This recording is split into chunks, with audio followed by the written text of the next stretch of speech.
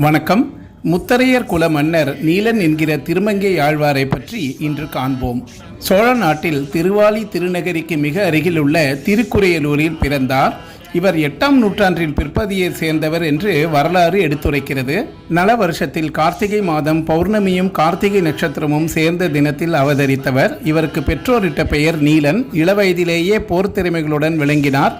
தந்தைக்கு பின் தமது சோழ முத்தரைய மரபு மன்னனின் சேனாதிபதியாக அமர்ந்து பல போர்களில் வெற்றி பெற்று பரகாலன் என்ற பெயர் பெற்றவர். இவருடைய வீரத்துக்கு பரிசாக முத்தரைய சோழ மன்னன் இவரை திருமங்கை நாடு எனும் குறுநிலத்துக்கு அரசனாக முடிசூட்டினார். ஆழ்வார்களிலேயே மிகவும் சிறப்புடையவர் திருமங்கை மன்னன்.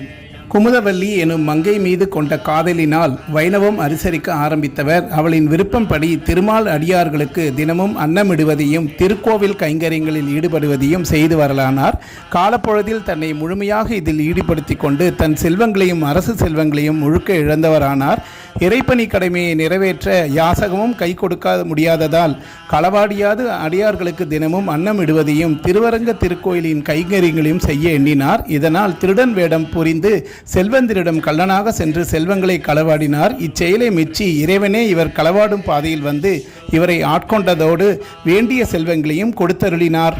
திருமாலின் சாரங்கம் என்ற வில் அம்சமாக பிறந்தவர். பெருமாளின் 108 திருப்பதிகளில் திருமங்கை ஆழ்வார் தனியாக சென்று 46 கோவில்களையும் மற்ற ஆழ்வார்களுடன் சேர்ந்து 36 கோவில்களையும் என மொத்தம் 82 கோவில்களை மங்களாசாசனம் செய்துள்ளார்.